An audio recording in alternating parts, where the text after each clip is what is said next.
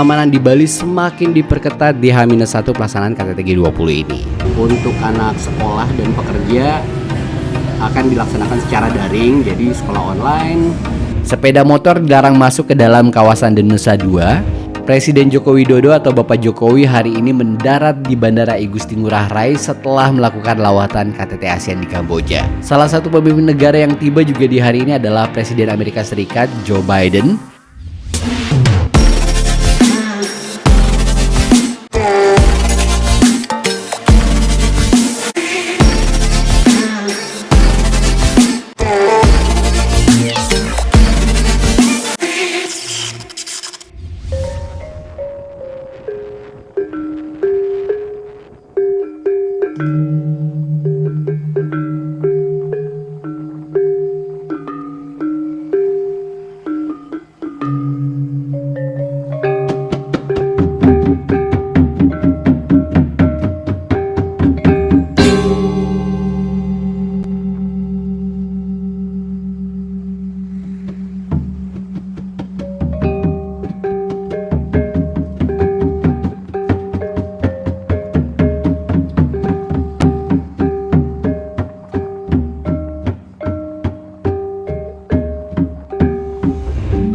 Teman cerita, ketemu lagi bareng saya Reno Raditya, dan kali ini tetap ya saya bakalan ngasih update buat kalian semua kondisi terkini Bali tentang pelaksanaan event internasional KTT G20 yang akan dilaksanakan di Nusa Dua Bali. Kira-kira seperti apa kondisi H-1 gitu kan, dan besok merupakan hari pertama pelaksanaan KTT G20 yang notabene juga semua anggota atau tamu dan delegasi yang akan hadir juga sudah pada ngumpul di Bali. Dan pengamanan di Bali itu diperketat, dan kita akan lihat langsung seperti apa kondisi jalan-jalan di Bali H-1 pelaksanaan KTT G20.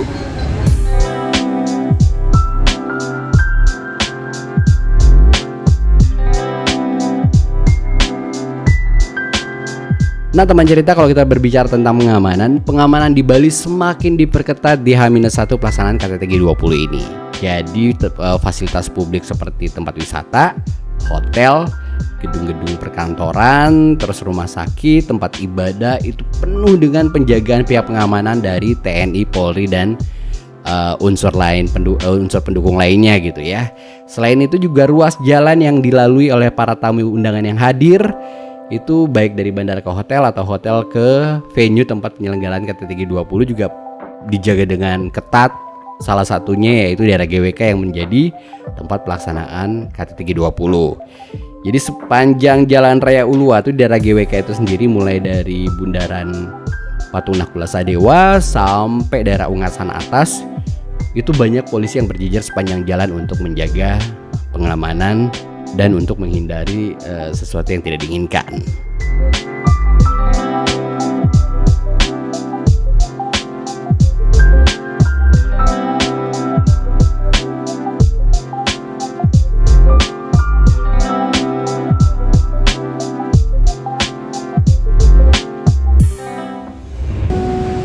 Jadi menjelang pelaksananya sendiri memang dari hari Senin besok gitu ya,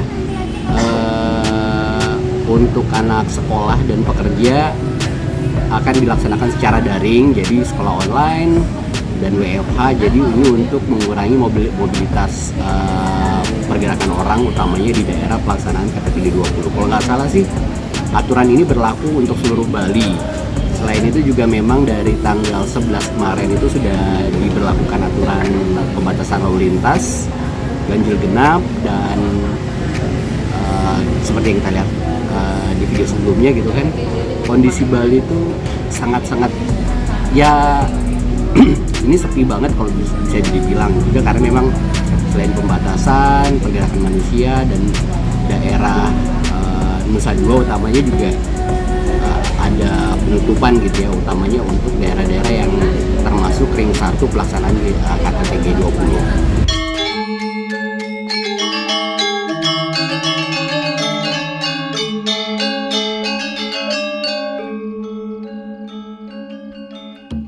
Untuk daerah Jalan Seligitan Nusa Dua sendiri yang nembus langsung ke jalan bypass Ngurah Rai Nusa Dua gitu ya, terlihat beberapa alat transportasi yang akan digunakan oleh para delegasi lalu lalang.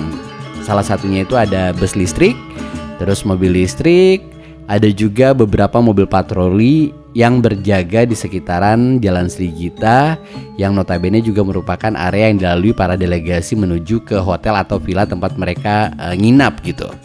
Kondisi jalan juga terlihat tidak terlalu ramai. Biasanya jalan ini sendiri merupakan jalan untuk para wisatawan, utamanya yang grup menggunakan bus yang ukurannya lumayan besar gitu ya, menuju ke Pantai Pandawa, Pantai Melasti gitu. Di area ini juga banyak hiasan penjor yang dipasang sepanjang jalan seperti area-area lainnya yang merupakan daerah pelaksanaan KTT G20, utamanya di daerah Kuta Selatan gitu ya. Dan yang pasti hiasan ini juga sampai di jalan utama di bypass, kemudian masuk di Komplek ITDC Nusa Dua tempat pelaksanaan KTT G20.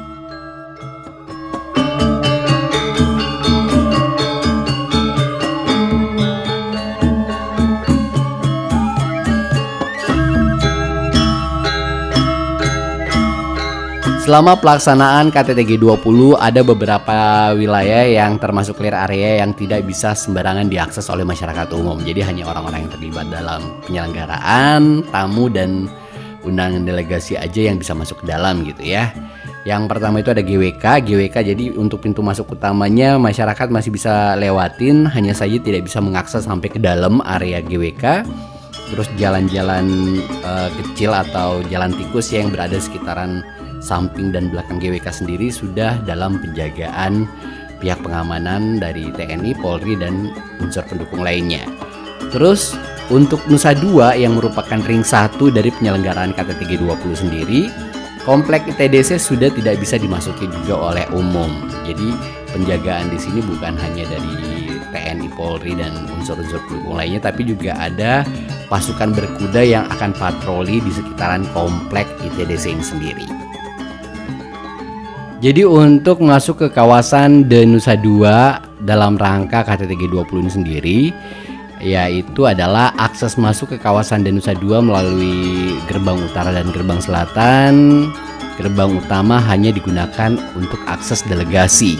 Kendaraan yang diizinkan masuk adalah roda 4 atau lebih dengan stiker resmi dari Sekretariat Bersama G20. Bagi karyawan dan masyarakat yang berkegiatan di dalam kawasan Nusa Dua wajib menggunakan ID resmi dari G20. Sepeda motor dilarang masuk ke dalam kawasan Nusa Dua. Wisatawan yang nginap di kawasan Nusa Dua diwajibkan untuk menggunakan gelang penanda yang disiapkan oleh hotel atau fasilitas pendukung lainnya.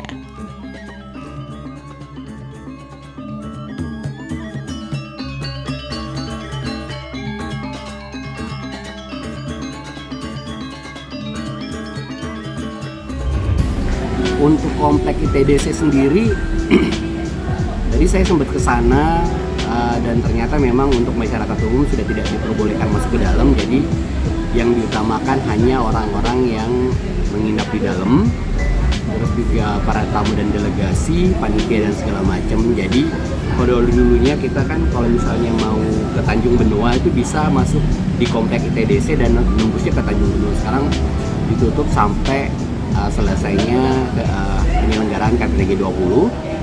Dan selain itu juga banyak titik-titik posko untuk kegiatan KTT G20 ini, pihak pengamanan baik itu dari TNI, Polri, dan juga unsur-unsur pendukung lainnya yang notabene juga mendukung keamanan yang dijalankan di Bali selama pelaksanaan KTT G20 ini sendiri.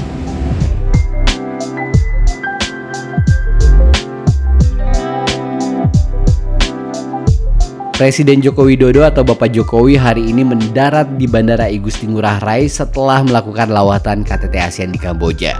Jokowi turun dari pesawat kepresidenan sekitar pukul 20.15. Salah satu pemimpin negara yang tiba juga di hari ini adalah Presiden Amerika Serikat Joe Biden dengan menggunakan pesawat kepresidenan Amerika Serikat Air Force One. Selain itu ada Menteri Luar Negeri Rusia Sergei Lavrov, terus Presiden Komisi Eropa Ursula von der Leyen, Presiden Republik Korea Yoon Suk Yeol, dan juga utusan khusus Perdana Menteri Fiji Ratu Inoke Kabuabola dan Perdana Menteri Jepang Fumio Kishida.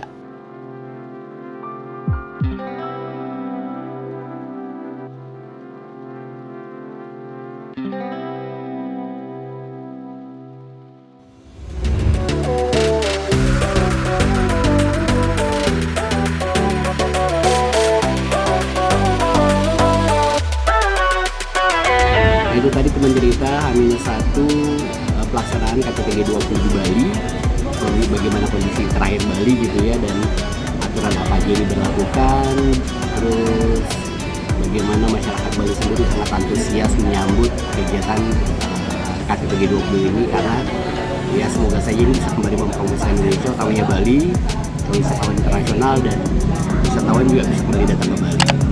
Dan untuk kalian jangan lupa tetap support channel YouTube saya Reno Raditya, jangan lupa subscribe, like, komen,